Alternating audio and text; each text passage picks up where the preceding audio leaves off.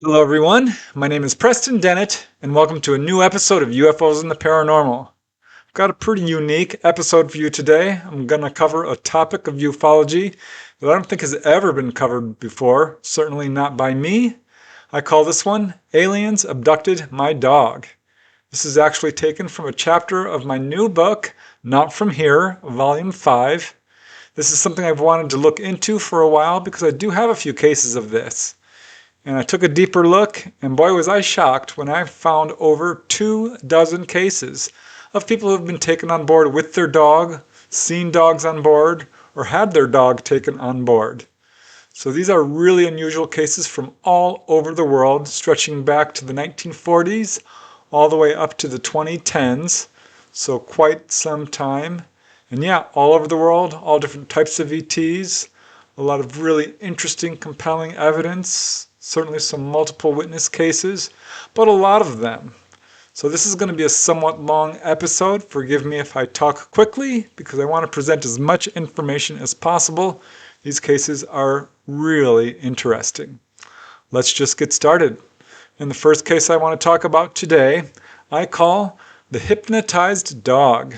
This is a very early case which took place on a small island off the coast of Ireland on December 25, 1945. I'm not sure how much credence to place on this case because it is quite old and I don't know if it was ever professionally investigated, but it is perhaps the earliest recorded case of this kind, and it occurred on a blizzardy day again on December 25, 1945 at a farmhouse on an island off the west coast of Ireland. The main witness was at the shoreline when he said a silver, dome-shaped craft dropped from the sky and actually floated on the surface of the ocean, then rose up and landed in a field, apparently on top of two cows. According to the witness, two humanoids dressed in black rubber suits emerged, and one shot a ray at one of the cows, and the farmer's dog ran up to them barking. At this point, one of the beings held up a box with lights on it, and the dog, apparently hypnotized, walked on board the craft. Both beings returned inside. One of them waved at the witness, and the craft took off. And the witness said he never saw his dog again, and reportedly the UFOs did continue to visit. It is quite a controversial case, but there it is. So that's the first case I could find involving ETs showing an interest in dogs. But there are many. Here's another case, which I call the case of Prospera Munis. This occurred in 1946 in Jumilla, Spain. It involves two witnesses, mainly one witness, and of course a dog. This case is quite well verified, and in fact the witness has done many podcasts about her experience. It is quite involved. I'm going to cover it pretty briefly here. It was way back in 1946 when 6-year-old Prospera Munis and her sister Anita were walking near their home in Jumilla, Spain, when two strange humanoids approached and spoke with them. They were largely human-looking, but later that same day, they had a second meeting with these beings. And this is when Prospera was offered to take a ride on their craft. And that night, Prospera awoke to find the beings in her bedroom. She said they wore jumpsuits, they had 4 fingers, and she agreed to let them take her on board, along with her Mastiff dog. Her dog was terrified, but Prospera says the encounter was entirely benevolent. She was physically examined. She saw herself and her sister on a computer-like screen, and she says that she was actually taken for a trip around our planet before being returned to her bedroom.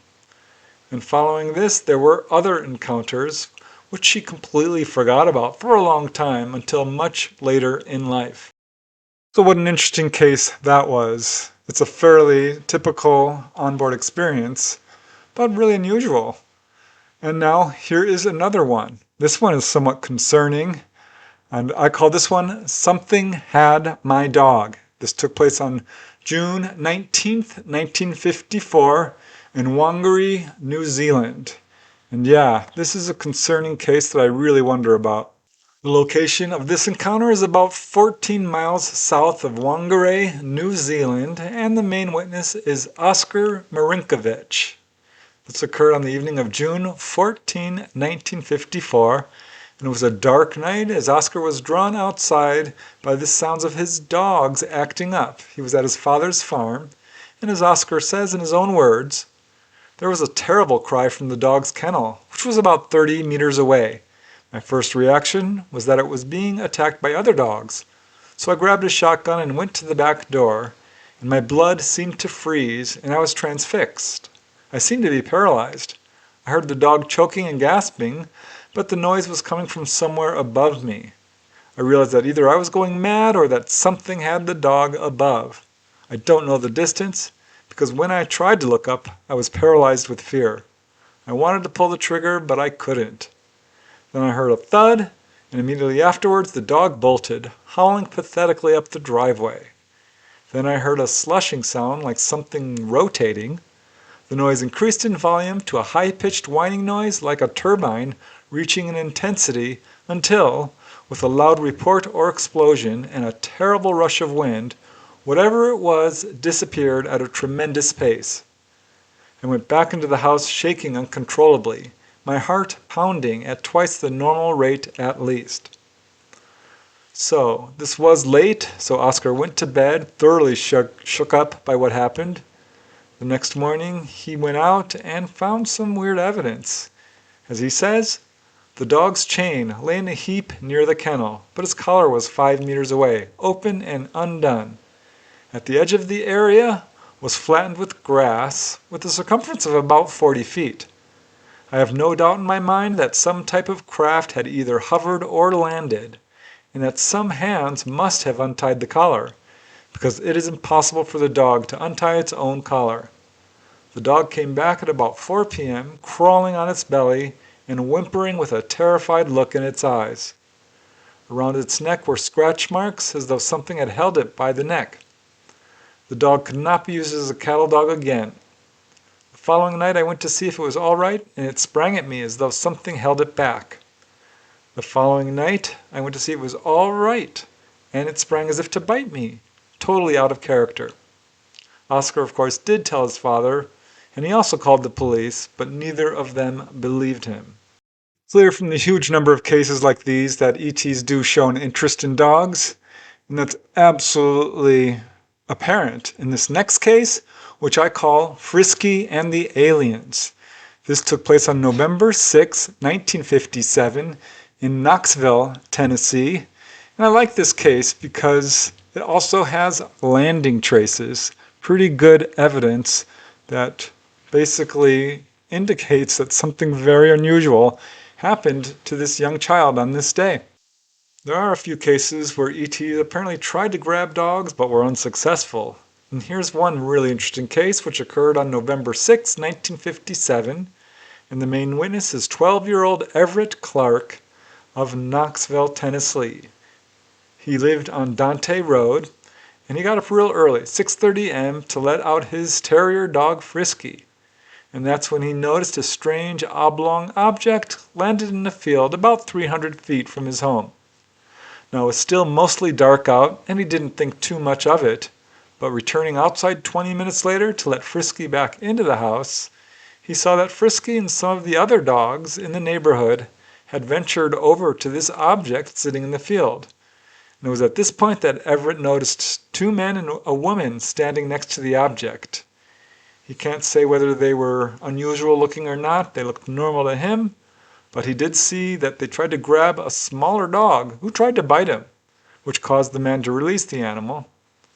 David did hear them talking in a foreign language, which he couldn't understand. He thought it might have been German. He doesn't know. But, curious, Everett started to approach the men, at which point they noticed him and motioned for him to come closer. This made Everett nervous, so he didn't get closer, but he says he watched the figures walk through the side of the craft, entering it without using any door. The craft then took off in a steep climb upwards and was gone. Now afterwards, as you can see here, it left a large imprint, about 5 feet wide and 24 feet long, in the grassy field. And this imprint was actually witnessed by Everett's father and, of course, by newspaper reporters. Good old Frisky did not allow himself to be taken. What an interesting case that is. And what makes it even more compelling is on that same day, just hours later, there was another case that's almost identical to it. I call this case, We Just Want Your Dog. It took place on November 6, again, 1957, in Everettstown, New Jersey. There are two witnesses to this case, and it's quite a compelling case because, as it turns out, November 6 was a huge day in UFO history. There were sightings and landings taking place all over the world, which I think adds a level of confirmation to this case and, of course, the one before it. That same evening, on November 6, 1957, around 6 p.m., this is only hours after the above case, John Trasco and his wife Ellen were in their home in Everettstown, New Jersey. John had just returned from his job at the local paper mill and stepped out to feed their dog, King, who he describes as a 6-year-old, charcoal-colored, half-blind, bad-tempered Belgian police dog. They kept him tied up to the side of the house, and shortly after John Trasco stepped outside, his wife, Ellen, heard the dog, King, barking furiously. She looked outside and saw a strange reflection in the yard, and staring at it, she realized this wasn't a reflection, but was in fact a glowing, egg-shaped object, about 9 to 12 feet long, hovering in the sky and bobbing up and down in this weird manner. Meanwhile, her husband John also saw the craft, and he said, approaching him from the direction of the craft was a strange, short, humanoid figure.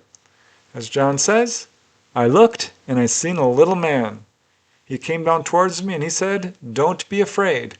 I don't mean any harm." So I got a little closer to him and started talking to him about the dog. And he said, "Don't be afraid. We're friendly people. We don't mean any harm." I started shaking. I was scared. He came up to me and said, "Would you like to give us your dog? We'd like to have it." According to John, the man spoke very slowly in English with what sounded kind of like a German accent, spoke in a very sharp, squeaky voice, not normal, saying, "We just want your dog." Now, as John says, he was about 3 to 4 feet tall. I didn't see no flesh. The only flesh I saw was his face. He was all covered. He had some sort of coverall on. You couldn't see the hands or other parts of the body. He had shiny objects on each finger. He had a strange face. You couldn't tell whether he was a man or a woman. Now, according to John, this figure had a broad nose, light brownish skin. He said the suit was sort of a medium green color, and it had what he believed looked like shiny buttons. But this was concerning John because it was coming after his dog and he wasn't having it, and he shouted at the being, "Get the hell out of here!" and actually reached out and tried to grab this figure. The being then said, "I'll be seeing you again," turned around and walked towards the craft. Now, John didn't see any portholes or doors, but just like Everett Clark says, somehow this man entered the craft and it promptly took off. Now, John's wife Ellen didn't see this little figure, but she did hear his squeaky voice. She heard her husband shouting at this little man, and she also saw the craft disappear straight upwards. And later they were interviewed by newspaper reporters and members of the UFO group, CSI, the Civilian Saucer Investigations, who conducted an hour-long interview with the Trascos. And as one of the reporters, Dick Harpster, says, "I just haven't been able to think of one reason for not believing them." And in fact, Ellen Trasco told him, "If it happens again, I'll probably get in the car and go far away from this place. But I told John we should have let them take King. He's half blind and so cross, I don't know who else would ever want him." Now, true to the ET's promise, they did return. The UFO apparently returned the very next night when the Trascos noticed a strange red and white light hanging over the house. And as Ellen says, it didn't move as the lights of an airplane do. And after staying a while, these lights moved off, Of course, the ETs did not take the dog. So while in this case the dog was not taken on board, the ET's interest in the dog was evident. And again, incidentally, both in the Everett Clark case and this case, they both took place during a massive UFO wave which was sweeping across the United States. This is the first couple of weeks of November 1957. And in fact, November 6 alone accounted for dozens of cases. As researcher Lauren Gross writes, the 6th of November 1957 has to be one of the biggest days in UFO history. Now I'd like to play a brief excerpt of an hour-long interview done with John Trasco and Ellen Trasco. This is just an excerpt. If you're interested, you can hear the full version at the end of this video. But I warn you, it's over an hour long. So suppose, Mr. Trasco, you just tell us what happened when, in your own words. Well, I came from work, and I went down to feed the dogs, and I got alongside a house. Started going down towards the barn, and I looked, and I seen a little man, but we have hedges there. I couldn't notice the saucer. So he started coming down towards me, he says, "Don't be afraid, I don't mean no harm." So I got a little closer to him and started talking something about the dog. Then he says, "We're friendly people and we don't mean no harm." And I got to, start shaking, and scared. By that time I had my barn doors open, and he came again to me. He says, "Well, you want to give me the dog? We'd like to have him." So I swore at him or something. Then he just kind of around. He says, "Well, if you see me again," it was a round object, and it seemed to be moving down the ground and went up again and go about 10 feet high, and it come down again, and it come down to the trees there, and it come towards the barn again, and then all of a sudden it's going so fast around, didn't see the man there, and then zoomed right up in the air and left a big screen of smoke. The smoke will flare. It was still dusk. Yeah, you could see, because I stood there petrified at the window. You can see the I saw that, but I You couldn't could see see the the man man, in yeah. front of the We have hedges there right in the middle of the yard. bushes there. Yeah. Well, he started walking towards me. Well, not the way, he was by the barn there, and he walked from the hedges. Well, he walked probably maybe about 5 to 8 feet. And I kept going down slowly. Toward him. Toward him. Were you frightened at the time? Oh, I was fine, yeah. When did he first say anything to you? Well, he says to me, "Don't be afraid, we're friendly people. We don't mean no harm." He talked broken English. It's sort of like a German accent. How about the tone of his voice? The voice was sort of like a squeaky voice. Squeaky. Yeah, squeaky voice. With a German accent. Yeah. Was it, very easy to understand, or was it difficult? It was easy to understand because he talked very slow, so it was easy. It was very slow. Slow. And, well, sort of on the sharp, squeaky side like. Well, he was, I'd say about 3 to 4 feet tall. And I didn't see no flesh. The only flesh I see was his face. The flesh on his face was sort of like if you take a putty in your hand and you squeeze it like that. Well, that's how his flesh was, formed. His arms were, according to his size, they were short. Well, he was all covered. He had sort of like coveralls on him. You couldn't see his hand, his hands or other part of the body, but just the face and the ears. Did they cover his hands? Yeah, his hands. And on tip his, the gloves, sort of a round objects, it was shiny objects. On each finger? On each finger. What can you say about his eyes, Mr. Trasco? Well, his eyes was sort of like a marble. Well, in other words, protruding like frog eyes, They threw out of your sockets. Were there any eyelids that you could notice, eyelashes? The color of his face was sort of like a putty color, brown. But I didn't notice no eyebrows and I didn't The only thing I keep looking at his face, and I'm kind of scared. He looked undernourished, you know. What was the dog's reaction to it, by the way? Oh, he was He's going crazy. running around cycles there. After you refused the dog, we might use that terminology. What happened then? Well, he didn't say nothing. Just turned around, started walking towards the saucer there, and was still hovering, still going at a speed. Yeah. And then all of a sudden, I didn't see him then. How did he And then all of a sudden, I didn't see nothing. Didn't see him go in or what. He just went so fast in there, and off they went. As he walked away, did he or she say anything? Well, he said, well, I'm saying he, maybe it's a he.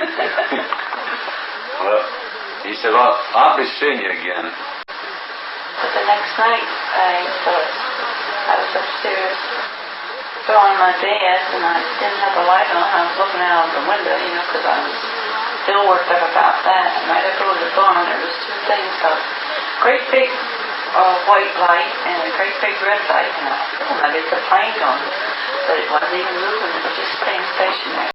A really remarkable and unusual case. And I think if you listen to the full interview with John Trasco and his wife, you'll see that this is a case that absolutely did happen.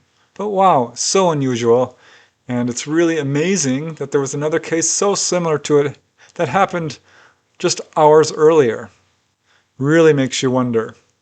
And here is another case, quite concerning. I call this one right in front of me. It took place in 1971 in Clare, Australia. And again, this is another case that shows undeniably that ETs apparently do have an interest in dogs. This shouldn't be surprising. I think they have an interest in all forms of life. But yeah, definitely dogs. This is a brief case, but still fits the pattern that we're seeing in so many of this particular type of case. This very brief case comes from researcher Jane Thomas and was published in the MUFON UFO Journal. Again, it occurred in 1971 in Clare, Australia, and Jane Thomas writes that, quote, an object reportedly shone a beam of light onto a dog and beamed it up into the object, which left right in front of a farmer's nose. Now, according to Jane Thomas, this case comes from a, quote, personal friend of the farmer who said that the farmer would deny the whole thing if approached directly, as he was afraid for the safety of his children. I can totally understand people not wanting to talk about what happened to them, given the hostile climate that often surrounds this subject. So I totally understand, but it is unfortunate because this means we're losing a whole lot of data that would really help us understand what's going on here. Now, moving to the next case, which I call Sam healed of arthritis. This is one of several cases in which dogs are healed during their onboard UFO encounter. This may indicate one of the reasons dogs are being taken on board. This one also took place in Australia, 1971 in New South Wales, Australia, and it's a pretty well verified case. This case took place in Mount Keira, New South Wales, Australia, and the main witness is Danny Anderson, who has had many strange experiences throughout his life. He says one evening in 1971, while lying in bed, a whirling red light appeared in his bedroom, and he found himself being pulled upward into a large room with flashing lights and strange instrument panels. He was confronted by a 7-foot-tall humanoid in a green suit who instructed Danny to sit in this weird chair. This humanoid placed a hand over Danny Anderson's eyes, which caused him some pain, but as Danny says, before long though, the pain gave way to a beautiful, peaceful feeling, and I knew I never wanted to leave that place. A moment later, I was back in bed.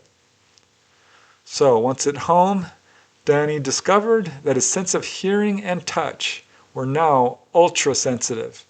He also found that his face was red and swollen, and there were 2 little marks on his chest, which he said almost looked hieroglyphic. But following this, Danny says he experienced repeated visits with insectoid beings, Bigfoot-like beings, and more.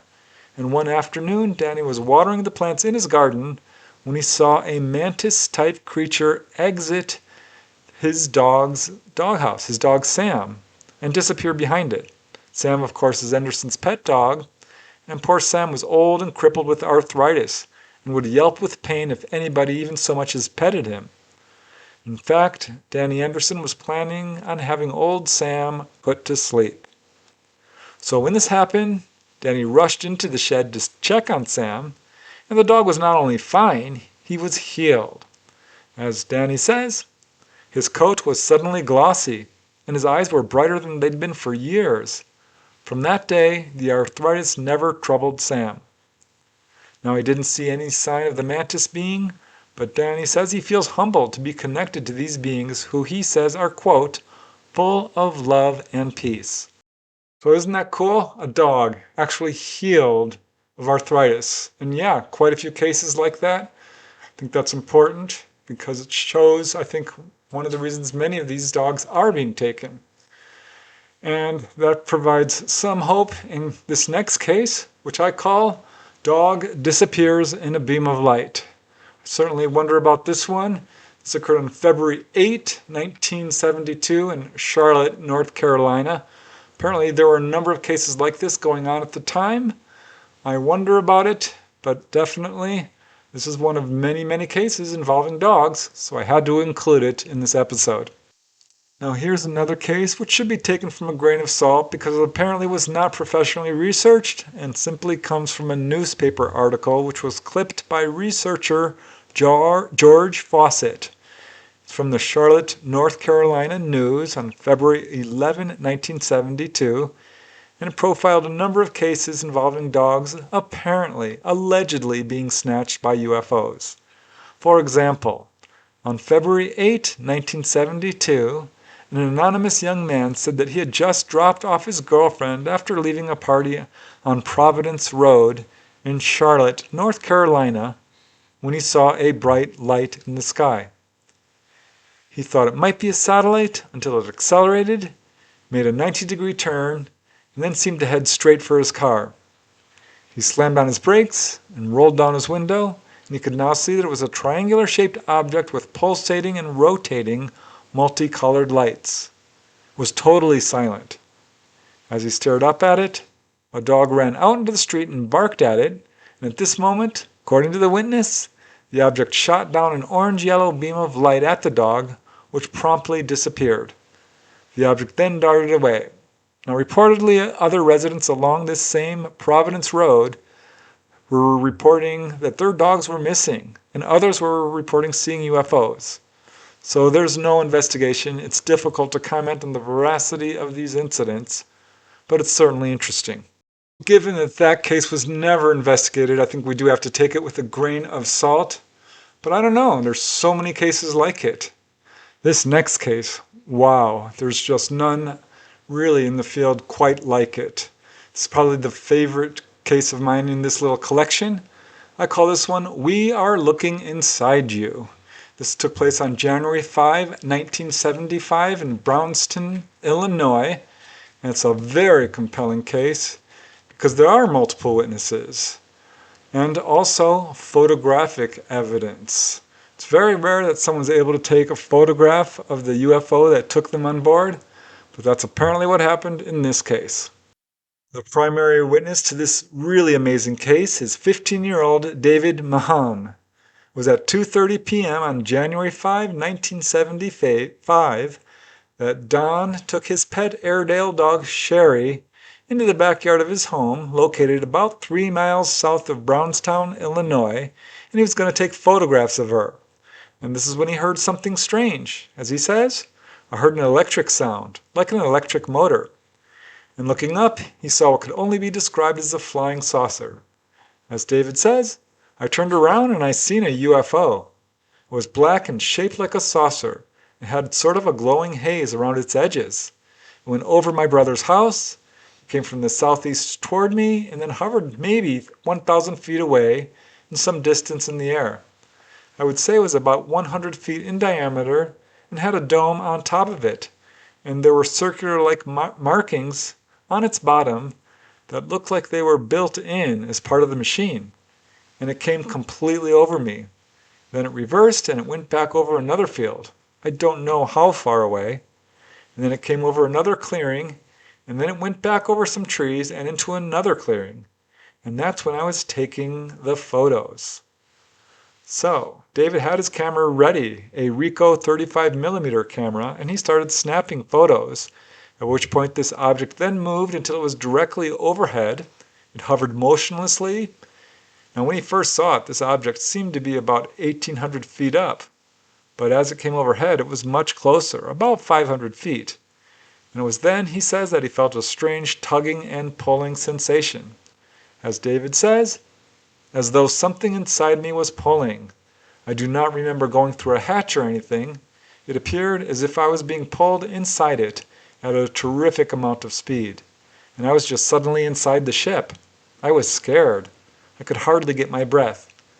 And this part of it may be a dream, but I think I was in it. I don't know how to describe this part, but it seemed like levitation. Do you know what I mean?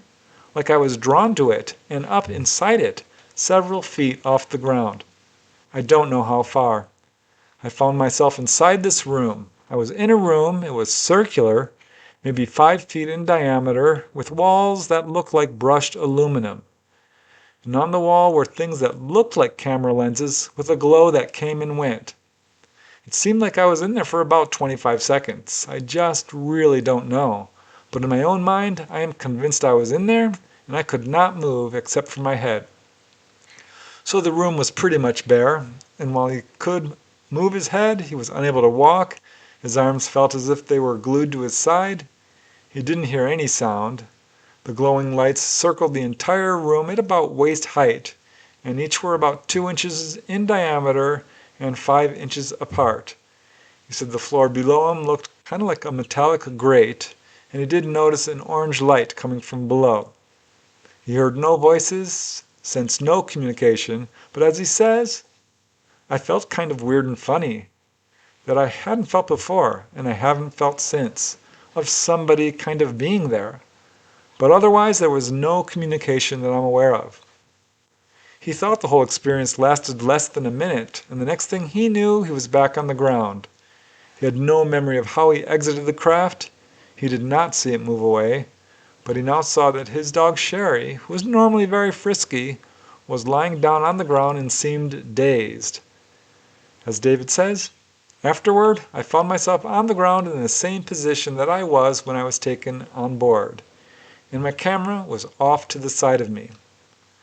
Now I'd like to play about a 10-minute long segment of an audio tape in which David describes his experience. An encounter with the UFO here some time ago. Yes, I did. And you have pictures. Yes. Have those pictures been examined? Yes, they are now.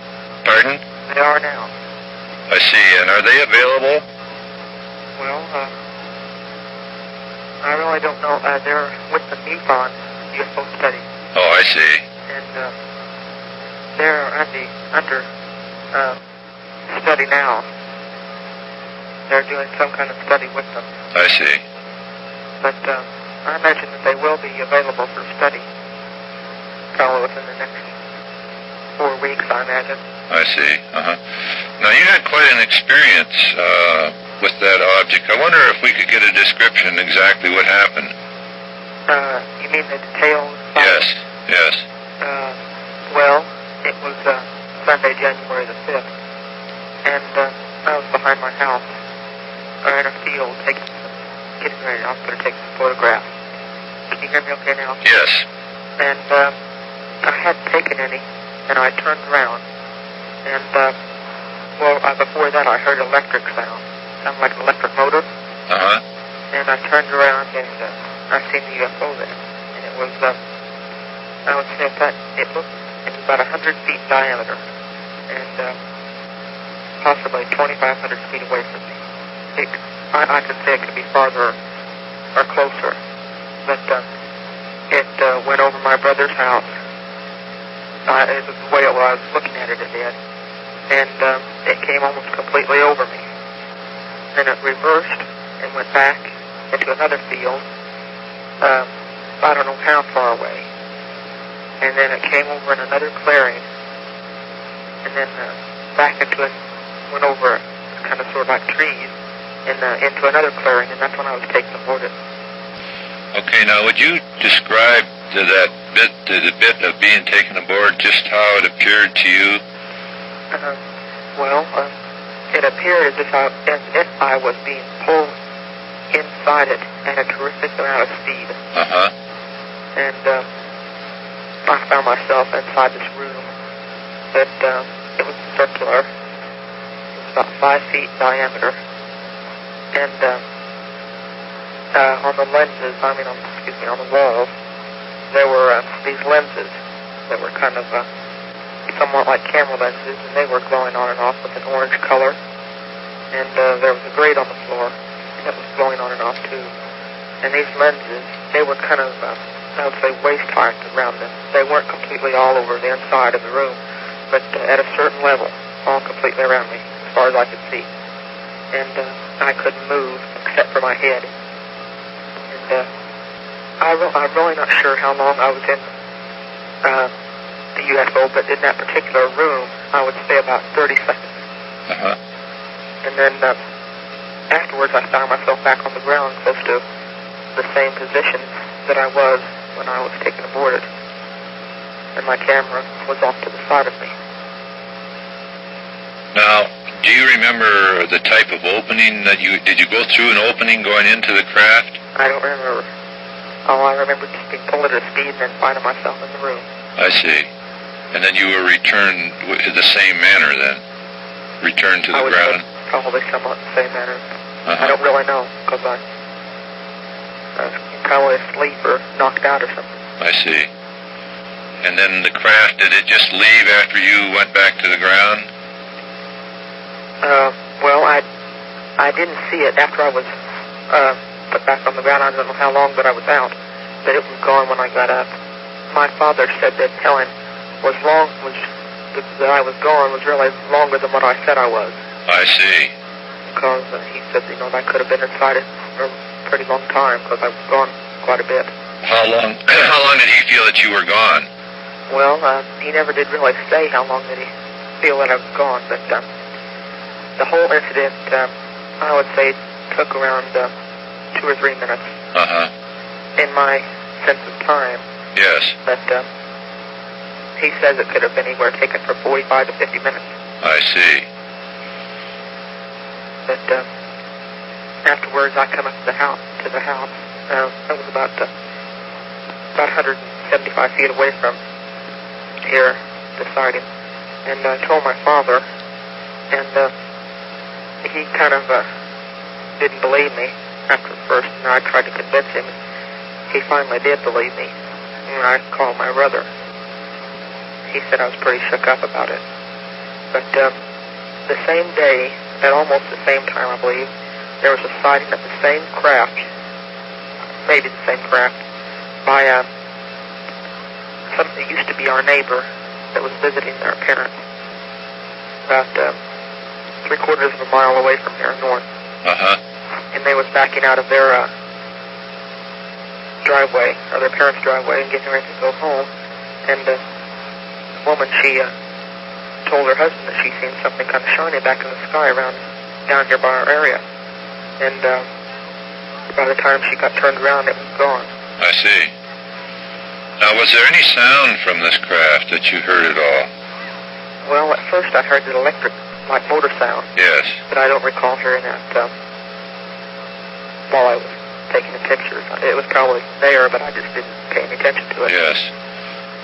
Now, when you were aboard, did you hear any type of anything that would resemble voice communication, or did you get any kind of communication of it, any kind, when you were aboard?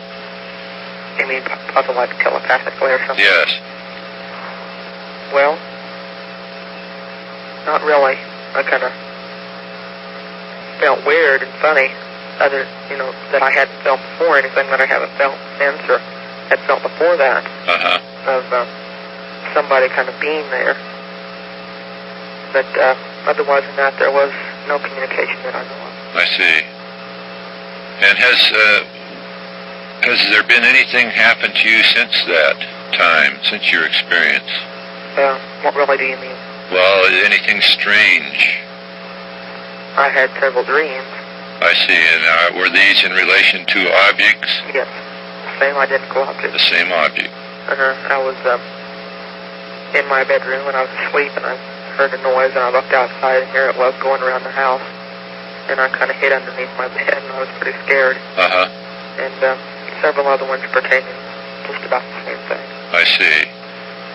And also, we have a dog. It's an Airedale. And my father, he really doesn't think that there might have been any effect on her, but before I took the picture, she was pretty close to me. She was about 100 feet away from me, close to a creek, and I hadn't seen her I'd seen her before the sighting, but I hadn't seen her during it. And after the sighting, she's kind of acted funny. She hasn't had very much enthusiasm as what she did have.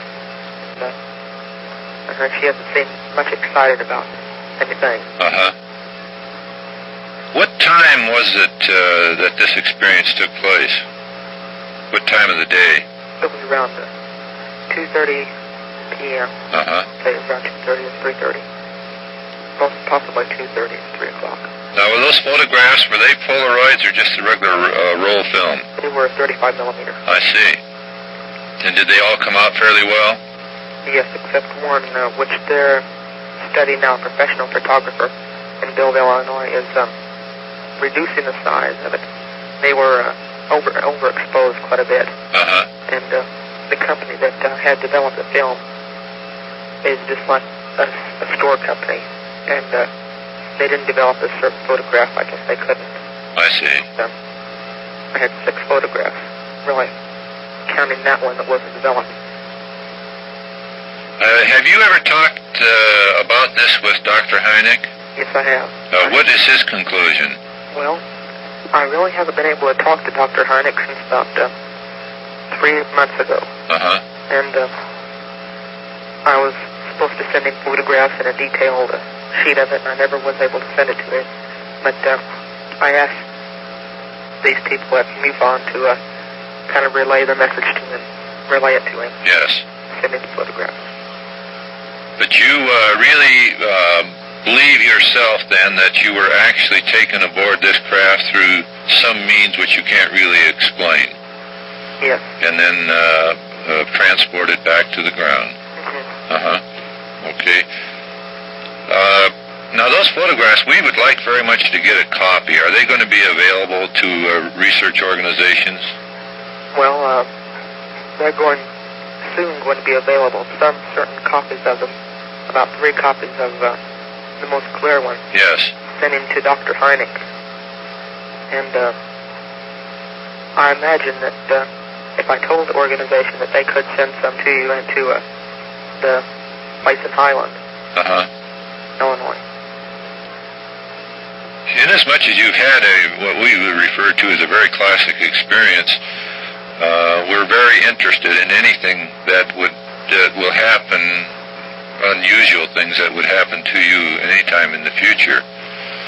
And we'd appreciate hearing from you either by phone or by mail in relation to this. Well, now these photographs that, would you like to have them sent to you by mail, or? Yes, that would be fine. And of course, we're willing to pay for what we get as long as the price is reasonable. Phenomena Research, it's a very private, very small organization in Seattle. And we're covering the entire Pacific Northwest. And of course, we learned about your experience by newspaper clipping. It came a little bit late, but where was yours sent from? Pardon? Where did you receive yours from? It was from the Union in Vandalia. You mean they sent one to you? No, we had it picked up through a clipping service. They send clippings on UFOs from all over the country. This is a going thing for our records. But I'm going to have them reproduce the rest of them in 8x10s. Fine. We're going to, next time, I would like to have my negatives back for just a short time to get some reproduced on my own. To one of a private copying agency up here. I see. I do quite a bit of business through. But I will have some reproduced for you then. Very good. And have them send it to you. Fine. Very good. Okay. And we sure appreciate it, and it's been a pleasure talking to you. Okay. And keep in touch if anything special happens to you. What do you mean, weird or... Any new experience that you think is directly associated with your first encounter. Okay. I sure will. Thank you very much. Goodbye. Now, not surprisingly, David was shooken up. He felt strangely tired, but he stood up, rushed home, and told his father.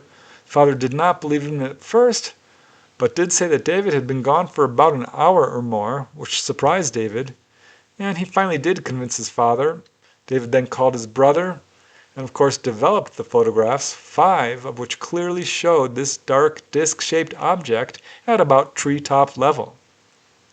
And then came further corroboration from an outside witness, because as it turned out, on the day of David's encounter, their neighbor, Dale Hunter, was pulling his car out of his driveway. This is about 3/4 mile away from David's home. In the back seat was his wife Ann and their children. And looking out the car window, Ann was amazed to see a dark, shiny, disc-shaped object hovering over David Mahan's house. She says she only saw it briefly as they drove by, so she shouted out to her husband to turn around, which he did, but unfortunately by then the object was gone. So David, now with his pictures developed, contacted the FAA in St. Louis, who showed no interest, but did refer him to Scott Air Force Base. So he called them, and they referred him to the Southern Illinois University in Edwardsville, but they also showed no interest, neither of them. Finally, he called the state police in Watson. An officer questioned him briefly about the sighting and said that he would contact the proper authorities who would get back to him, but nobody ever showed up. So finally, David called the newspaper, the Leader Union newspaper, and told them the story, provided the photos, and they were interested. They published his story and the photographs and put him in touch with J. Allen Hynek, who interviewed him. Now, David says that following this experience, he had dreams of this object coming and circling around the house. In these dreams, he would hide under his bed, frightened. It was not long after David's photographs were published that he says he received a visit from unknown gentlemen dressed in black. As he told reporters, "I had an interesting visit from 2 gentlemen who took possession of my negatives, and they were never returned." So this is a pattern we see in a lot of cases. People who have physical evidence of some kind, it gets taken away from them. Now, 3 months later, in April of 1975, David's neighbors, Mary Washburn and her daughter Becky, said that they saw another UFO again near David's house. They heard a noise that reminded them of a cardboard snapping in bicycle spokes. This is what alerted them to the object, and looking up, saw this top-shaped object, which immediately shot up in the sky and was gone.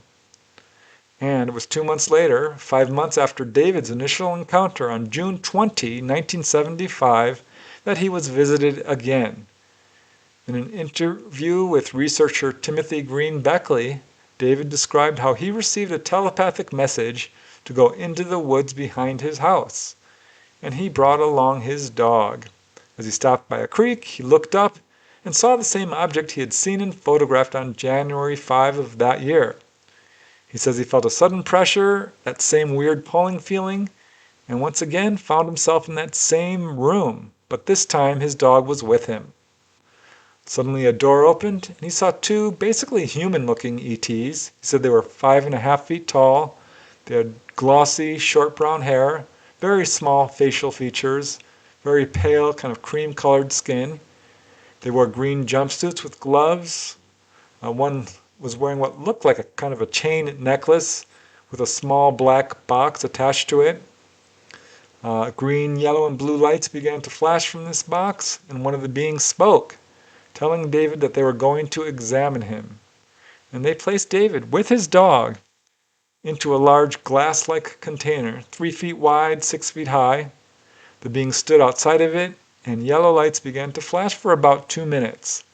As David says, I didn't feel any sensation, but I was pretty scared. Sherry acted kind of dopey. Most of the time she was lively. That's his dog. So after about 2 minutes, David was taken to a shiny metal table. A machine dropped down from the ceiling, focusing first on his midsection. David saw flashing lights and what looked like a TV screen. And the ETs told him, "We are looking inside you." They scanned, he believed, his neck and head. They attached what looked to him like rubber tubing to his wrist for about 30 seconds. He suspects they were taking a blood sample. Though he says he felt no pain, nor was his skin punctured, so he's just speculating here. They then took him on a tour of the craft. He said they didn't speak to him or explain anything, but seemed to communicate with each other with a high-pitched gibberish.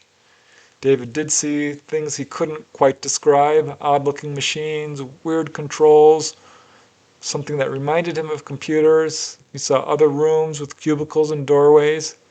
He felt like he was in the craft for a good amount of time. The beings at one point told him that there was a, quote, time differential. The next thing he knew, he was back in the forest next to the creek, and only 15 minutes had passed. But he really felt like he was in the craft for longer than that. His dog Sherry lay on her side on the ground, apparently unable to move temporarily. He had to pick her up and carry her home. But David was left with the impression that he would see them again, and following his encounter, he says, he developed a strong interest in science, mathematics, and history. What a case that was. Really compelling. I often wonder what happened to David Mahan. I don't know. I suspect he's out there somewhere because he was quite young when this experience happened. But ever since this case received quite a bit of publicity, he sort of dropped off the radar, so I don't know. Love a follow-up on that case. There's always another, and here's a very interesting case, which I call Overwhelmed with Sadness. This took place one summer evening in 1976 in Montreal, of course in Quebec, Canada. It's a multiple witness case, and I wonder about this one because it appears that really the target of the onboard experience were the humans, and the dog was just taken on board incidentally, perhaps to provide comfort for the witnesses. Hard to say for sure, though there are a few other cases that do speak towards this. This very brief case occurred in a campground outside the city of Montreal, Quebec, Canada in the summer of 1976. The two witnesses are Suzanne and Michael, and of course their Doberman dog. In the middle of the night, their tent trailer became illuminated by a strange light, and as the light winked out, an eerie silence enveloped them. All three ventured outside and saw a large triangular object hovering overhead. Suddenly, all three were pulled up into the air, levitated in a horizontal position up towards the craft. Michael and the dog appeared to be unconscious, and Suzanne herself lost consciousness, but the next thing they all knew, they were back at their campsite. Later, under hypnosis, Suzanne recalled being taken inside the craft, where she was examined by a metallic arm-type instrument, and she also recalled that the three of them were placed in front of a giant screen which displayed images of Africa and a large group of sick children all suffering from starvation. All three of them were overwhelmed with sadness to see these very horrifying images. Suzanne isn't really sure why she was shown this scene, but that is all she could recall of her onboard segment. That case fits the pattern of so many we see, people being warned about humanity being on the wrong path. I suspect that's what was going on there in terms of why these people were taken on board. Hard, of course, to say for sure. Not a whole lot of information about that case, but certainly another interesting case in which someone is taken on board with their dog. Now here's a case in which the dog almost went on board, but it didn't quite turn out that way. I call this one a foiled dog abduction. This took place on December 2nd, 1977 in Waimata Valley in New Zealand.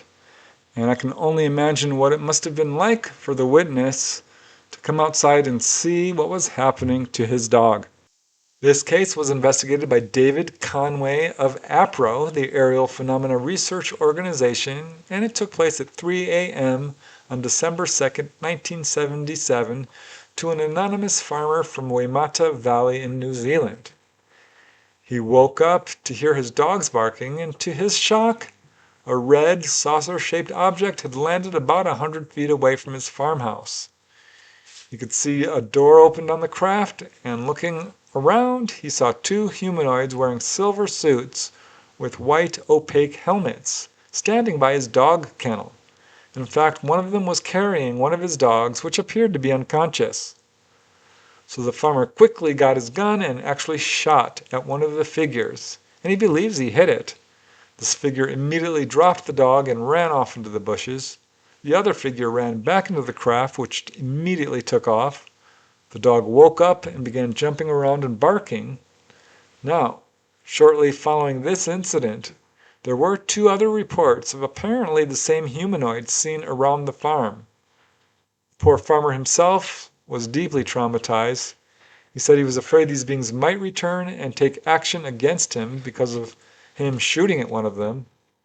And he didn't really want to talk about the incident because following this encounter, he says, he was repeatedly followed by two men each time he left the valley. This encounter did occur during a wave of activity in the area. What an amazing case that was. Good for the farmer, getting his dog back. Makes me wonder what would have happened if he hadn't come out and caught these ETs red-handed trying to take his dog. Now here's another case where ETs did show a very strong interest in the dog. In fact, seemed to show more of an interest in the dog than in the witness itself. I call this one, Can We Examine Your Dog? It took place on February 5, 1978 in Medinaceli, Soria in Spain. Again, these are cases that are taking place all over the world. This is quite a compelling case. It is somewhat controversial, but it was professionally investigated and it has a whole lot of information to it.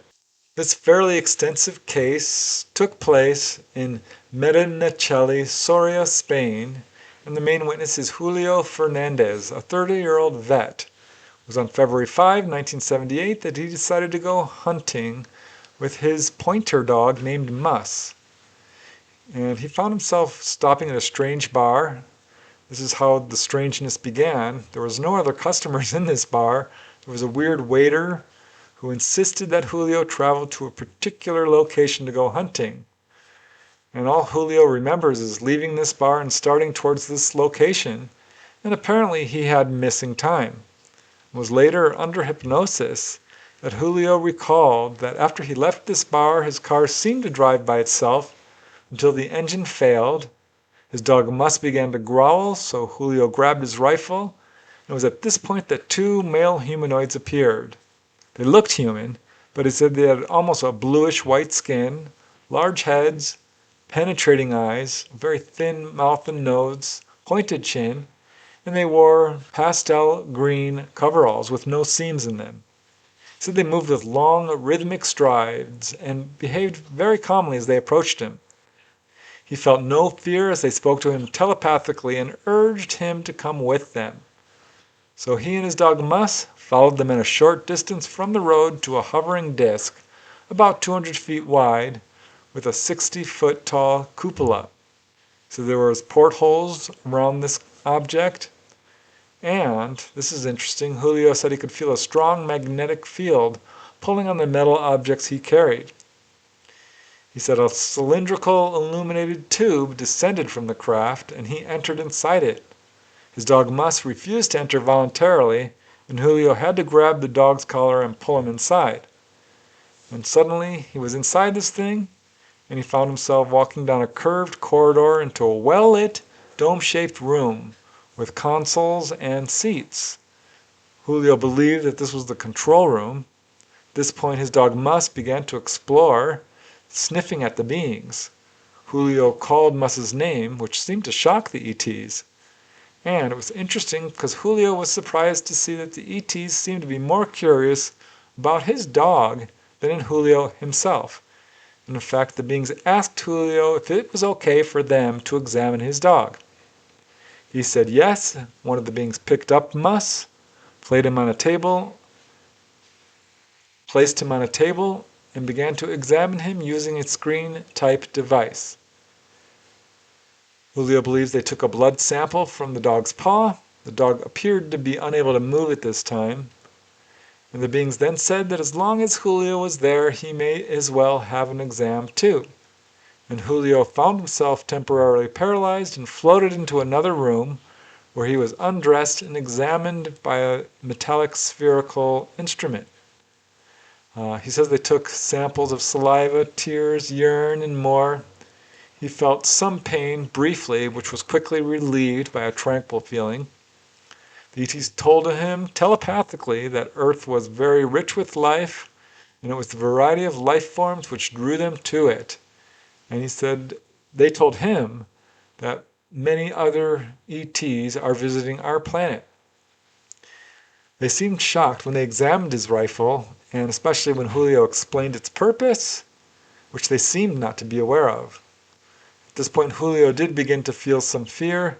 The beings apparently sensed this and told him that he was free to depart if he wished. And Julio said yes, he wanted to go, and they took him to a doorway, and Julio was set back on the ground with his dog. He walked back in a daze to his car, and he thought it might have been a dream, except for his watch had stopped, and he also noticed that 2 of his rifle cartridges were missing, and his dog Mus had a mark on his paw where he had seen this blood sample being taken. Furthermore, his car required significant repair work afterwards. I think you'll agree that's a really interesting case. I know Duchess thinks so. She's very interested in these cases, her being a dog.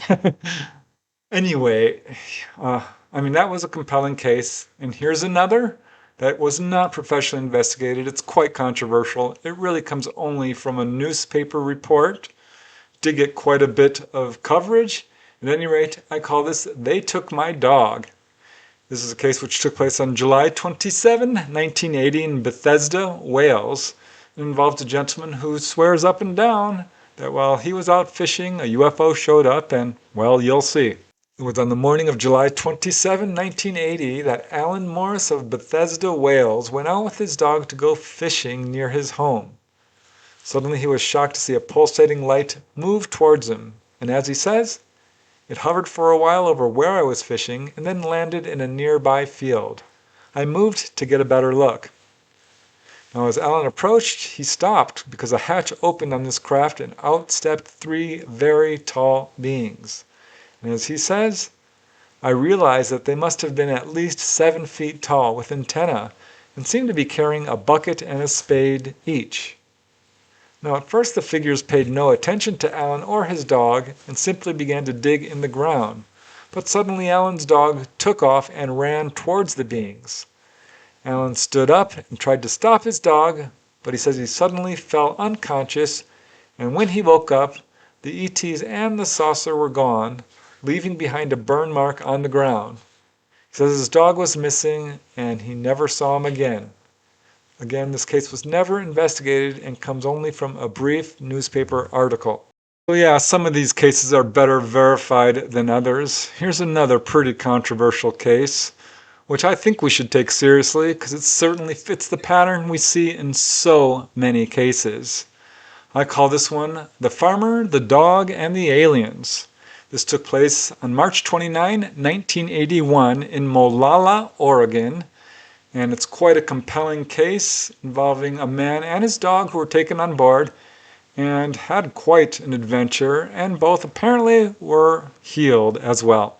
This next case comes from news reporter Bob Todd, who expressed some skepticism of the story, but he did publish the case. It was on the evening of March 29, 1981 that Mr. F.B. Moore, a lonesome off-grid farmer from Molalla, Oregon, went outside to check on his goats, because over the last few weeks they had been acting strangely, as had his cats and his one-eyed dog named Jethro. So FB had a strange hunch that something was out of the ordinary.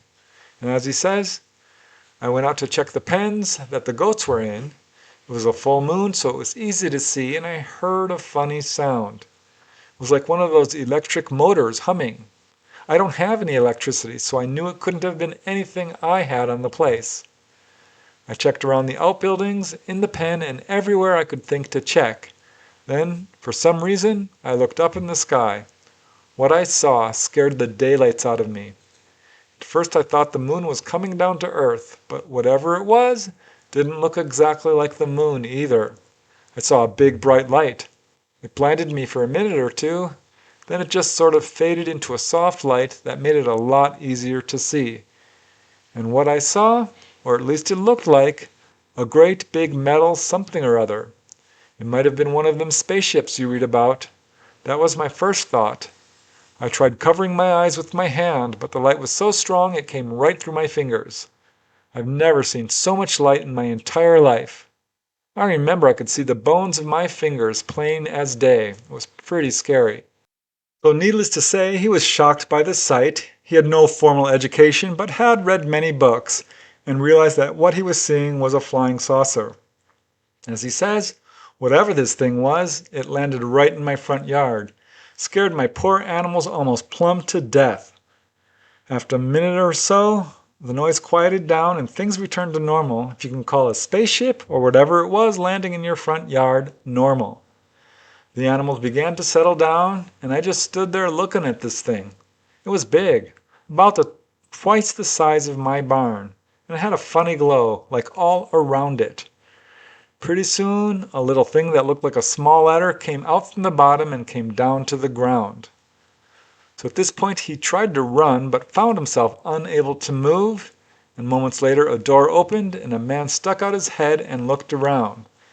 And seeing the farmer told him not to be afraid, that they had landed to complete a small repair to their ship and would be leaving shortly. And then the man announced that they were finished and would be leaving. And as F.B. Moore says, I was just about to ask him where they were going and where they came from when he asked if I'd like to take a ride. I guess I took a little too long, so he and a couple of other men grabbed me and took me and Jethro aboard. I wasn't very anxious to go. Neither was poor old Jethro, but we went anyway.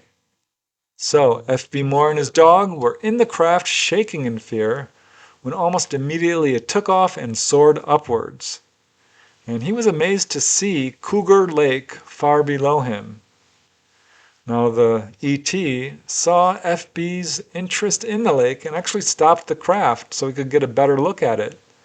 And after hovering for a few moments, they took off again, moved over a city, which Moore believed was Bend, Oregon, and then they darted straight upwards into outer space.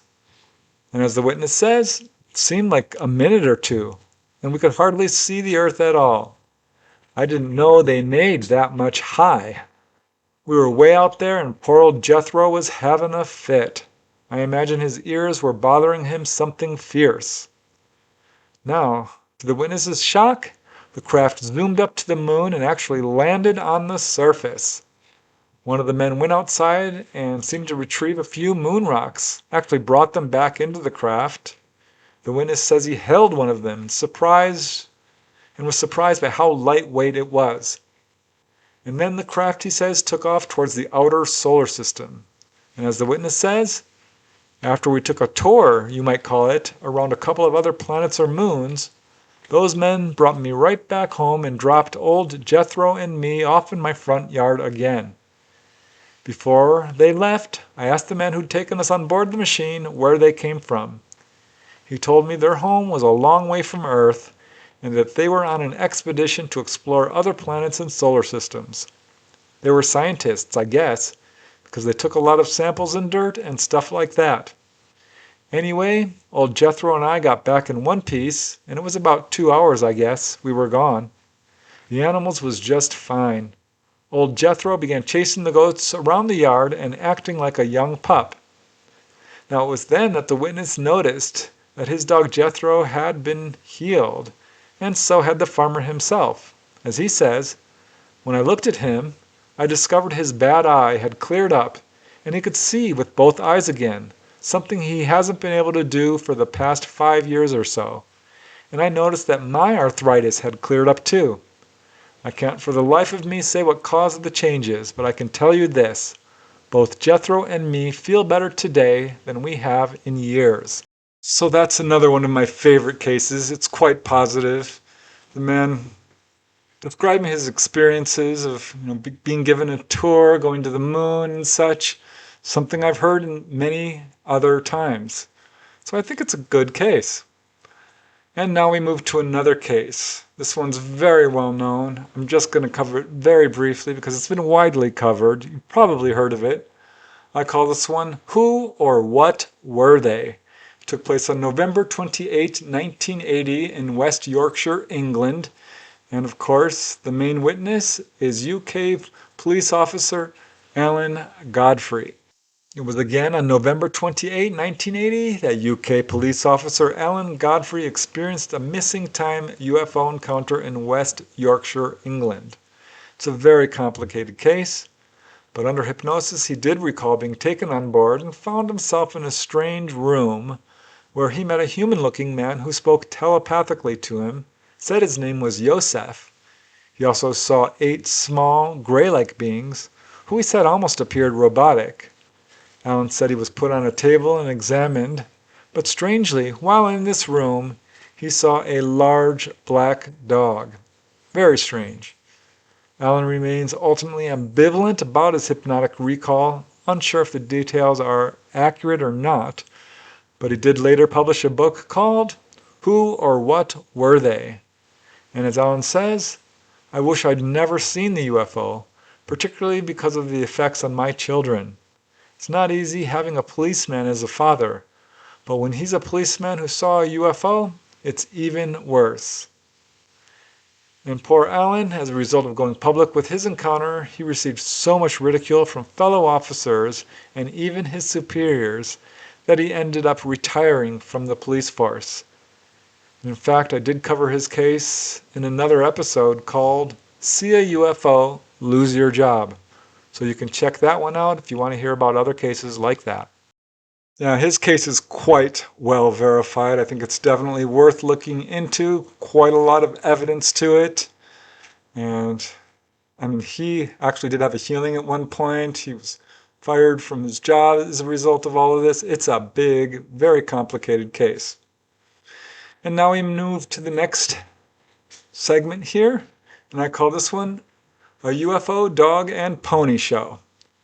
And I'm just being facetious here. I think this is a legit case. There's not a whole lot of information to it. Certainly fits the pattern we're seeing in all of these cases. This one took place on June 11, 1988 in the Bridger-Teton National Forest in Idaho. And yeah, it's another case of someone being taken on board with not only their dog, but their pony as well. Here is another brief case, 7:45 p.m. on June 11, 1988. An anonymous woman was riding her pony, accompanied by her dog, through the Bridger-Teton National Forest in Idaho. She had just passed an abandoned campsite when she experienced a period of missing time and suddenly came to in a completely different location on the other side of the forest near the swamp. So she made her way back to her own campsite, and this is when she spontaneously recalled, without hypnosis, being taken on board a strange craft, get this, with her pony and dog. Inside, she said she was greeted by 7 very tall humanoids with long, narrow heads covered with stiff, wispy red hair. She said they looked mostly human, but had long pointed chins, a small nose, dark slanted eyes. They wore long dark robes, dark boots.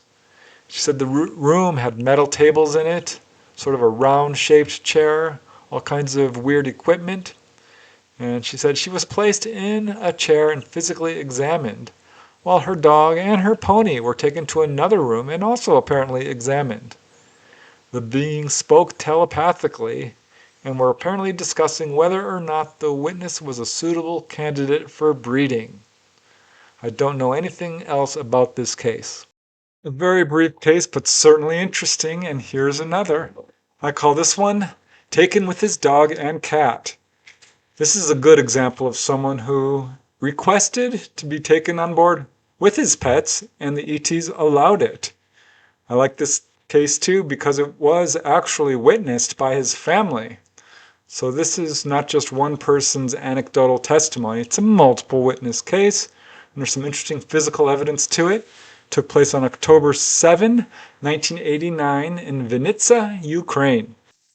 Here's an incredible case involving a dog taken on board, which occurred on October 7, 1989 in Vinnytsia, Ukraine. This was investigated by researcher Mare Koiva. It involves a 10-year-old boy named Rado, who was in his bedroom with his dog and cat when 3 tall, human-looking figures came right through the wall into his bedroom. He said there were 2 men and 1 woman. Each of them wore silvery coveralls, and they asked Rado to come with them. Now Rado agreed only on the condition that he could bring his cat and dog. The figures agreed, and Rado found himself floating through the wall towards 2 disc-shaped objects which were hovering just above the ground in the yard of his home. He entered one of the discs and soon found himself visiting what appeared to be another planet. Now at some point, the ETs apparently drew tattoo-like figures on Rado's body, including a cow on his cheek, and on his right palm, they drew his dog and cat and a flower. Now, it was around 6 a.m. the next morning that Rado's grandmother woke up to find that he was missing, nor could they find any trace of his dog or cat. And she looked outside and saw something very unusual. The chain where the dog was kept was hanging perpendicular in the air without any visible support, and looking up, she suddenly saw the dog floating down from the sky and onto the ground.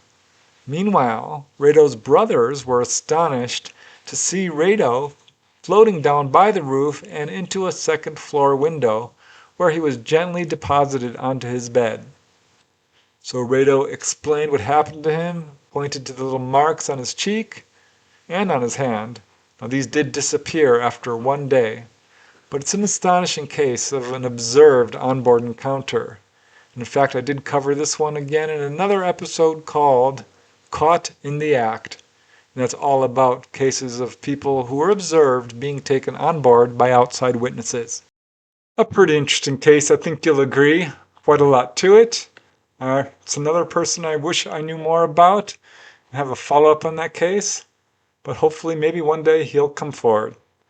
Now here's a case which is extremely controversial, but the witness is apparently entirely serious when he says that aliens took my car and dog. That is the title of this little segment. This is a case which took place one evening in 1992 in Whitchurch, Wales. And despite the sort of facetious title there, this is a witness who insists up and down and sideways that this really happened, and that he will go to the end of his life claiming that this happened. So it's quite an interesting case in that regard, and also a multiple witness case. This truly bizarre case comes from Keith Robbins of Wales. Robbins says that one evening in 1992 he was camping with his 2 friends in Whitchurch, Wales. His friends were Christopher French and Sylvan Solway. They were teenagers at the time, still in school, and they had driven to this campsite in Keith's Datsun. And along with them was Keith's 8-week-old Pit Bull Staffordshire Terrier pup. And arriving at the site, they kept the dog locked in the car and began to explore the area. And as Keith says, we went looking for a gully area. My mates were a little bit further ahead of me. It all happened so fast, in about 3 to 5 minutes. I walked back to the car, and it had just vanished off the face of the earth. Now at this point, Keith had no idea what happened to his car or the dog inside it, but that's when all 3 of them noticed a bright glow above the nearby trees. And as Keith says, these lights came from behind these massive trees, about 12 to 15 of them. I thought they were pink flamingos. My other mates thought they were fireflies. Then they just sped up and were gone in 30 seconds.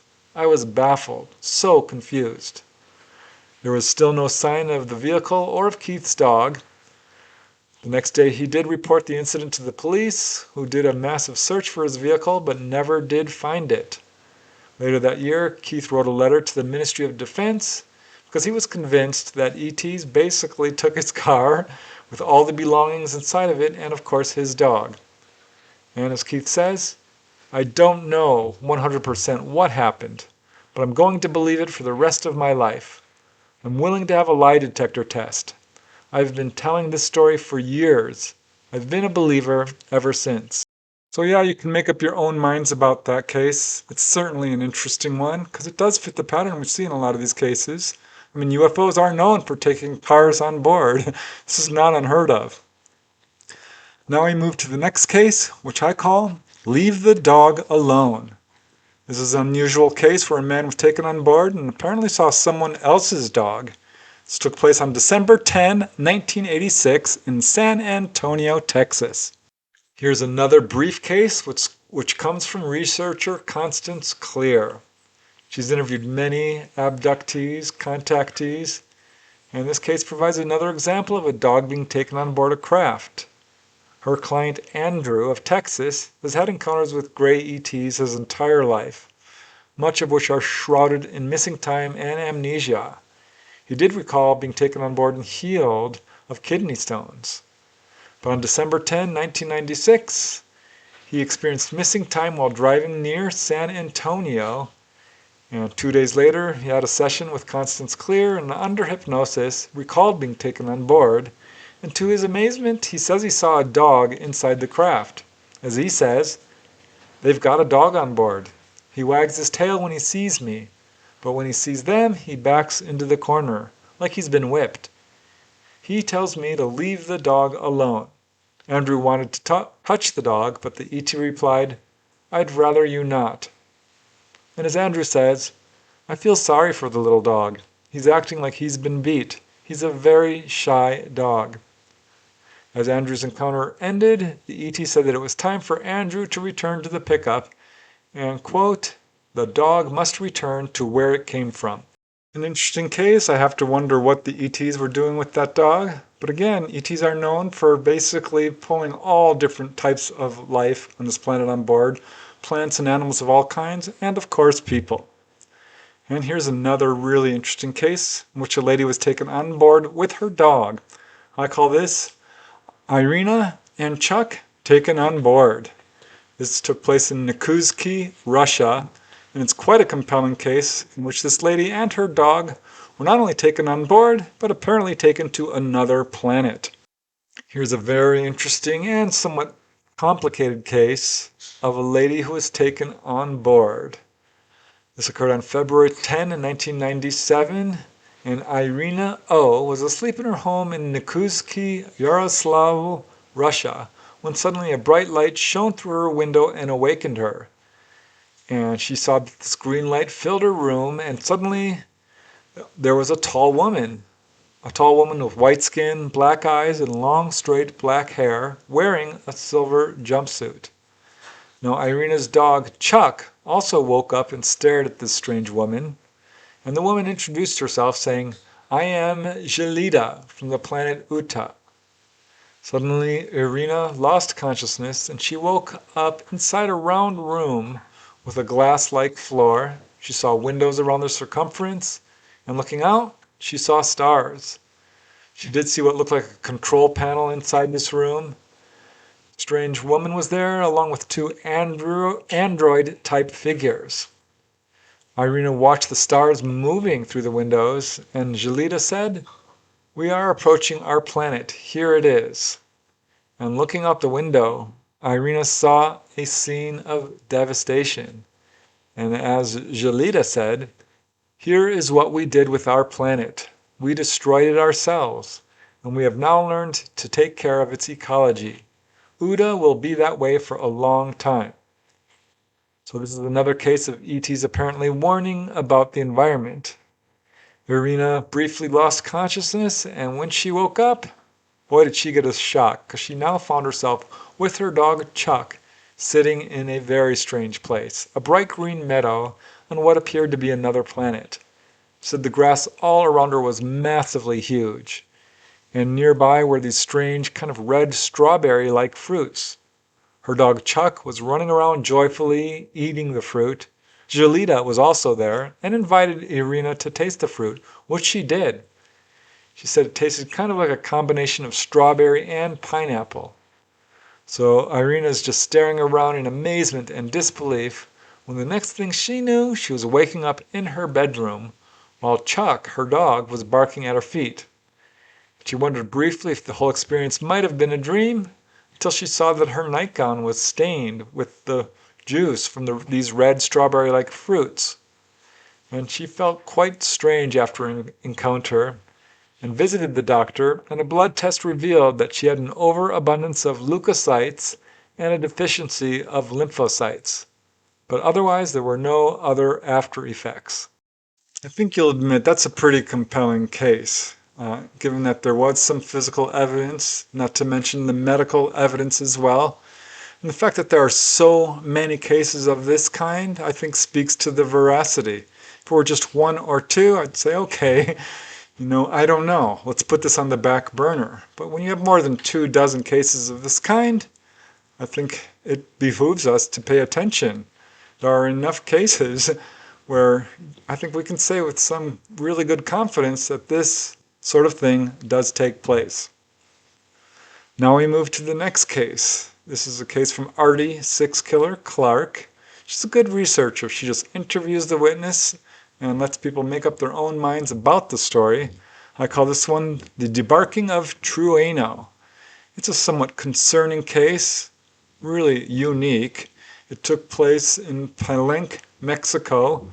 The exact date is not given, but probably somewhere around the late 1990s to the early 2000s. And it's certainly an interesting case. So this kind of sad case comes from researcher Artie Six Killer Clark again, and occurred in Palenque, Mexico. Sometime between the 1990s, early 2000s, the main witness is Angel, a rancher who owns about 200 acres of property, and it was early in the morning that he woke up around 4 a.m. to check on his animals and property. This was before the sun had risen, and he was out in his field when he saw a, quote, brilliant ball of light to the east. And as he watched, it moved quickly towards him, swooped close to the ground, made a wide circle around him, and then stopped and hovered about 30 feet overhead. All the animals on his farm began to react. The horses were snorting and kicking in their stalls, and Angel dog Treno began to howl. And as Angel says, I ran into the barn, calling Treno to come with me, but he didn't move. He sat there like he was stone, but I could see his whole body tremble. He was terrified, and yet he would not follow me into the barn. So Angel was still in the barn. He was too afraid to go outside under this craft and get his dog, but did repeatedly call for him, and the dog didn't move. He could see that this craft was a classic silver saucer with a large dome on top, and it remained for about 2 or 3 minutes and then was gone. And then, as Angel says, I ran to the field and I called for Treno, but he was gone. I think the aliens took him, because I looked for him all day and he was gone. The next morning, the ball of light appeared, and so did my dog. They brought him back. And in fact, Angel found Treno staring up at the sky, and although the dog was returned, he was never quite the same again, because as Angel says, he was ruined. He was unable to bark. I took him to the animal doctor.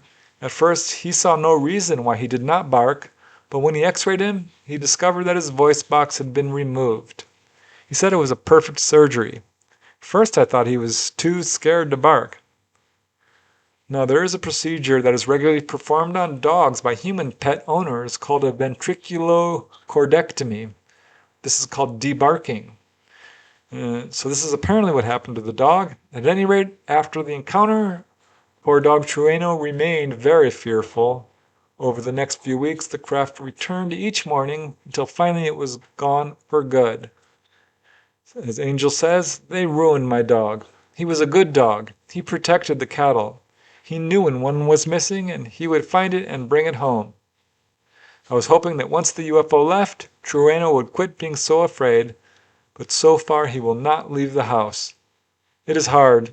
He knows he has a job to do, but he is too afraid to do it. In 2010, Treno, now 14 years old, passed away and was buried on the property. That poor little dog, I do wonder what happened to him. All dogs go to heaven, it's been said, and I'm sure good old Treno ended up there. And it's certainly an interesting case. If only dogs could talk, boy, we'd have quite a more detailed episode, wouldn't we? And now here's another really interesting case, one of my favorite in this bunch. I call this one Hunter Bone and the Greys. This is a really poignant case, which took place on December 6, 2003 in Crowley, Louisiana. And it's your typical onboard experience in many ways, except for the fact that this backwoods guy was taken on board with his dog Hunter Bone. This amazing case of a dog being taken on board was reported to MUFON by a gentleman by the name of Mike, a former military veteran who calls himself a, quote, backwoods bayou boy in Louisiana. It was 9 a.m. on December 6, 2003, as Mike and his hunting dog Hunter Bone were rabbit hunting along a 5-mile stretch of railroad tracks between Crowley and Rayne in Louisiana. In fact, they had just approached a small train bridge between the two towns and went beneath the bridge to drink some fresh creek water and search for rabbits. And this is when Hunter Bone sensed something unusual. So Mike describes Hunter Bone as, quote, a German shepherd, 5 years old and very keen and extremely dangerous to any mortal enemies, including trains, humans, Bigfoots, and varmints. He was trained in the bayous of Louisiana and snakebite country. Hunter Bone was a lethal reality of raw cat creep in hell, and a silent killer, a canine attacker and bodyguard, and a family dog. So Mike had purchased Hunter Bone from a pet store for only $20.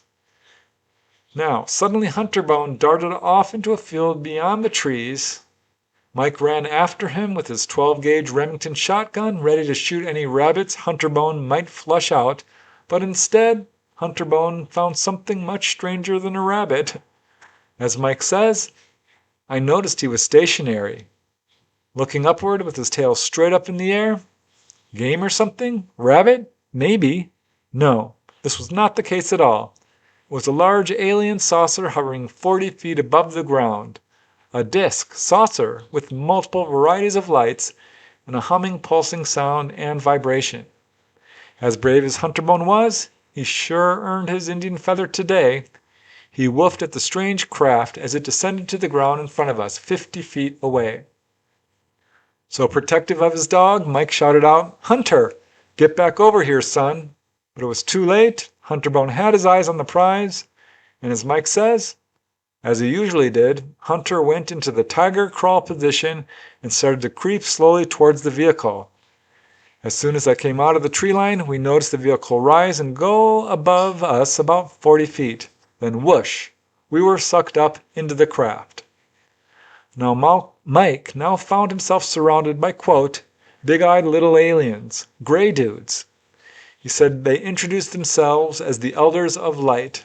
They told him not to be afraid, that he was picked by them for a special mission. He asked them what the mission was, and they said, you will see shortly. Mike says he was placed on an exam table, unable to move. He asked about the ETs, and they showed him a star map, the pilot's chair, strange viewing screens, and when he looked around for his dog Hunter Bone, he got quite a surprise. As he says, I noticed my hunting dog was floating around the ship like a stuffed animal. Now one of the ETs explained that they had to take this measure because Hunter Bone had tried to bite the entire crew. And Mike thought to himself, that's my Hunter Bone. The ETs then took Mike, he says, to see the moon and other planets within the solar system. When Mike asked if they had any weapons, they explained that they have the ability to destroy anything that threatens them, but that they are peaceful. They told him that they have been visiting the Earth for a very long time as they found it useful to achieve their goals of furthering their own species. The next thing Mike knew, he was back on the railroad tracks holding his shotgun, which had now been emptied of ammunition, while Hunter Bone walked ahead. A short while later, Mike stopped in his tracks when he saw the same craft which had just taken them on board, and it was now hovering over a nearby field. It remained there for about 30 seconds, as if saying goodbye, then darted off. So Mike and his dog Hunterbone returned to his 1979 Dodge. They went home. Both felt quite tired. He fed Hunterbone a bowl of vitamin D milk. He drank a Gatorade. And that was when he noticed that they were missing 3 hours of time. As Mike says, I will always remember the entire experience. And he felt immense pride for Hunterbone and said, "What a brave son of the bayou he was for me. My hero for sure. He earned his feather today." Unfortunately, 1 year after this incident, Hunterbone bit the mailman, and Mike was told by authorities that he had to purchase a $100,000 insurance bond in addition to paying the mailman's medical bills if he wanted to keep his dog. This was way beyond his financial means, so sadly they had to put Hunterbone down. And as Mike says, I held Hunterbone while they injected him with a lethal dose. I put a holy rosary around his neck while he was put down. Then I buried him in the backyard.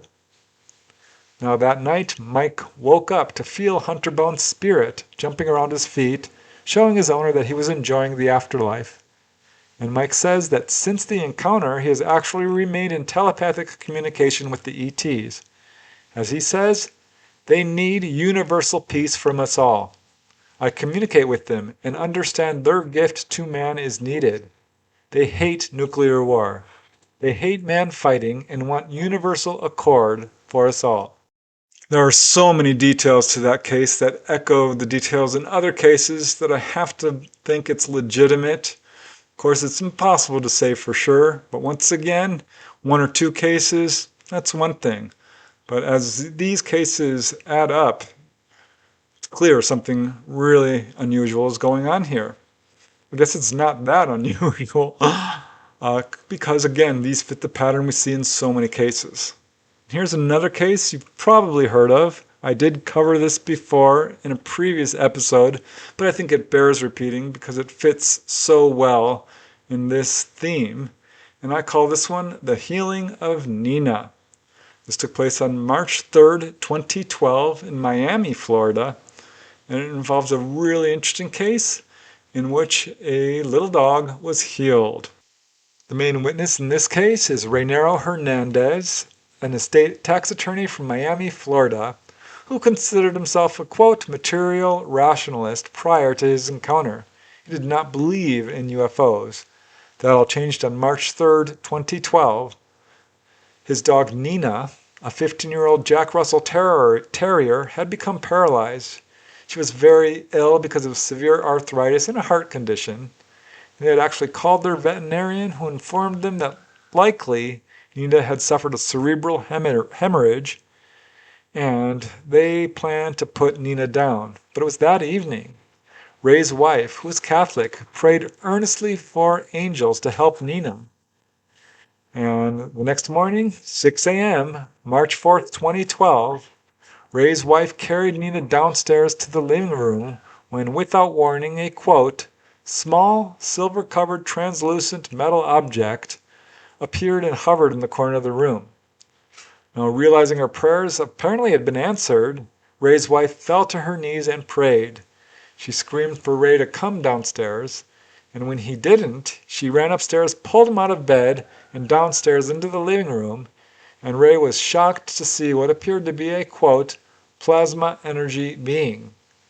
The next thing he knew, 45 minutes had passed.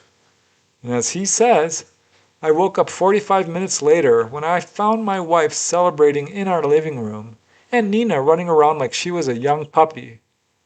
Before this miraculous medical healing, Nina was not able to either run or jump because of her severe arthritis and her heart condition.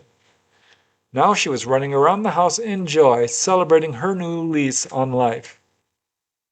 Ray's wife was overjoyed and said that angels had cured Nina. And as Ray says, this experience felt like an atom bomb blew up in my brain, and I was in total shock and confusion. My wife did not know that she had disappeared for 45 minutes. She also did not see the energy being because she was taken before this plasma energy being appeared. It was a state of total chaos and celebration for the miraculous healing of our beloved Nina by what my wife perceived to be angelic intervention. Now, although it's not clear whether Nina was actually taken on board, her healing certainly seems to point towards this possibility. Although you may have heard that case before, I think it's an important case. And it's really interesting how profoundly Ray Hernandez was affected by that encounter, to the point that he's now become a pretty prominent figure in the UFO field, starting the Free organization, co-founding it, and really doing a lot of research of his own. So quite a compelling case of a dog healing. And here's another one. I love these healing cases. I think it shows the true agenda behind what's going on here. And I call this one Joy and Ben Are Healed. This is a really sweet case, actually, because both the witness and her pet dog were healed. It took place on August 2nd, 2012, fairly recently, in Warren, Pennsylvania. Born in 1949, today Joy Davies lives on the outskirts of the Allegheny National Forest in the small town of Warren, Pennsylvania. Unfortunately, she suffers from severe arthritis in the arms and hands, and she had to take pills daily, but even with the medication, she still wasn't able to be active. But on August 2nd, 2012, this all changed, because on that evening, she took a walk with her dog Ben down the trail through the forest behind her house.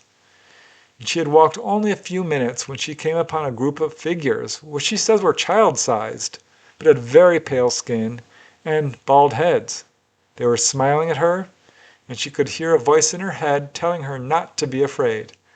And in fact, as Joy says, I wasn't scared at all. They were very polite, and I felt safe the whole time. She says a large white, kind of peanut-shaped craft sat next to them, lighting the area around them with a soft blue glow, and suddenly Joy found herself inside the craft. And she says, I don't remember entering the ship, but I knew I was inside because the walls were curved and the blue light was underneath me. Ben was next to me, and one of the aliens was scratching him behind his ears, which he likes. Now, as she stood there, Joy saw a, quote, tiny bright blue light, like a star, but about the size of a snowflake. This light appeared above her and floated slowly down. She was delighted by it, and laughing, held out her hand to catch it. And as she says, the next thing I remember is standing on the path facing my house. One of the aliens was holding my hand. When he let go and turned back down the path, I don't know why I didn't turn to watch, but instead I just walked back to the house with Ben and made a cup of tea. I then went to bed because somehow 4 hours had passed and it was late. Now Joy has no idea why she had this experience, but when she woke up the next morning, she had a wonderful surprise. All symptoms of her arthritis were now gone. She was pain-free. She believes the ETs cured her. As she says, now I haven't got it at all, and I haven't taken a single pill since. I played tennis for the first time in several years, and I can knit again, now that the arthritis is gone. And one final side effect was her dog. As she says, Ben seems more frisky too. Now, Joy Davies' case was investigated by a reporter, Holly Thorne, a columnist for the Morton Report, who interviewed Joy and then after some research discovered that she wasn't the only person in the area to report UFOs. As Holly Thorne says, prior to Joy's alleged encounter, 4 different people had reported strange lights in the area. 3 sightings had been reported since April, and only a week before Joy had her experience, several witnesses reported military activity in the forest. Part of the forest was sealed off for 3 days, and when they left, some witnesses observed a military truck carrying something hidden beneath a large tarp. What it was remains unknown. Amazing case and very encouraging. Once again, it shows why ETs are here and that healing is one of their main missions, not only of humans, but animals and frankly, the entire planet itself. Many Contactees have called ETs guardians or gardeners or collectors or this sort of thing, because that is what they're basically doing, ensuring that life continues throughout our universe. And here's another case that speaks to that. This is the last case in this little bunch, and I call this one, Just Wait 3 Seconds. Again, this is a case I've covered before, but it deserves more attention, so I'm presenting it here again. It fits right in with this pattern. It involves a lady who was taken on board with her dog, Katrina, apparently for the purpose of healing. It's a fairly recent case, which took place in March 2016 in Arizona. This final case involves an animal control officer from Arizona by the name of Jujuli Quita, or she just goes by the name Juju. She's had encounters her entire life, beginning around age 5 when tall grays visited her in her bedroom in Indiana. And her encounters continued, she says, in the dream and astral states. She had many strange UFO sightings, lots of benevolent contact with communication of knowledge, and she considers the ETs her family. It was in the mid-2000s she adopted a dog by the name of Katrina, who she adored like no other dog she's ever had. But in 2016, Katrina developed valley fever. This is a systemic fungal infection that can cause fever, nausea, lung problems, joint pain, inflammation, and more. I mean, in some cases it can be fatal. Now, at the time, Juju didn't know this. She only knew that Katrina wasn't feeling well, but didn't know why. It was one evening around March 2016 that Juju found herself apparently on board a UFO. As Juju says, it looked like the inside of a football. The floor came up and met the ceiling that came down. It was not real sharp, but there was a curve in the wall. She said the room was dimly lit. She felt no sensation of movement. There was sort of a floor lamp-like device in the corner. She said she saw 2 men in the room. One was white-skinned, stocky, with blonde hair, appeared Caucasian. The other was darker skinned, with dark, curly, short hair. She says almost looked Italian. Both wore full-length white robes. But what really caught Juju's attention was this Caucasian-looking man was hunched over Katrina, who had her legs up in the air and appeared to be unconscious. And Juju's first thought was that the man was hurting her dog, and anger swept over her, and she took instant action. And she says, I saw that he had my dog. She was on her back and she was kind of whimpering.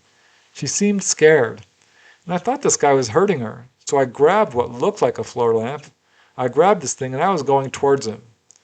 So she was ready to take action when this Italian-looking guy stepped in front of her and said, hold on, very peacefully and calmly. Hold on. Please just wait 3 seconds. Only then did Juju realize what was happening. She was on a craft. These were not humans but ETs. She knew instantly she could trust them. And she looked down at her dog and was amazed at what she saw. As Juju says, this guy was bringing his hand out of her chest. She wasn't whimpering anymore. But it was like his fingers extended and were elongated and went actually through her body. And he was bringing them back out, and he did this really gently. The man then deferentially bowed his head at Juju and allowed her to see her dog. And as Juju says, I looked down, and Katrina gets up. She just looks at me.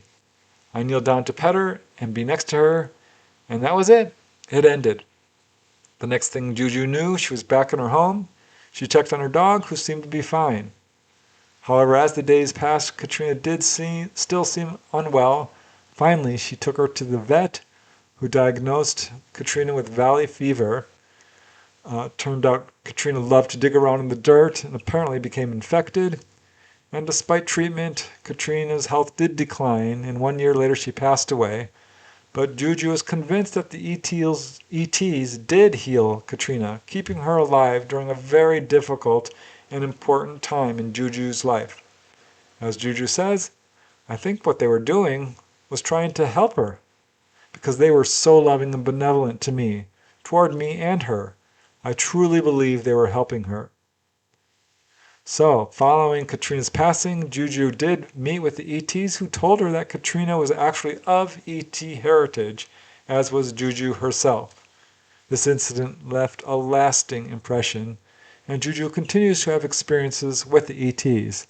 As she says, I've had the most beautiful, healing, loving lessons from them that help me in my Reiki, how to channel energy. So if you'd like to hear more about all of these cases and others like them, you can check them out. They're all in my book, Not From Here, Volume 5. So there you go. That's another amazing case of a dog being healed. And yeah, it should come as no surprise that ETs show an interest in all forms of life on our planet, including dogs. That's 24 cases. That's a lot. Here's my dog, Duchess. Say hi, Duchess. Get your nose up. Come here, dog. Duchess does what Duchess wants. She's a cutie. But yeah, clearly these cases have a definite pattern. I think they're very important. This sort of subject has never been covered before. I think that alone makes it really important. But I really like to thank you for listening. I truly appreciate it. It's because of you guys I do this research. So thank you, thank you, thank you. And until next time, keep searching for answers. Keep asking those hard questions. And most important of all, keep having fun. Bye now.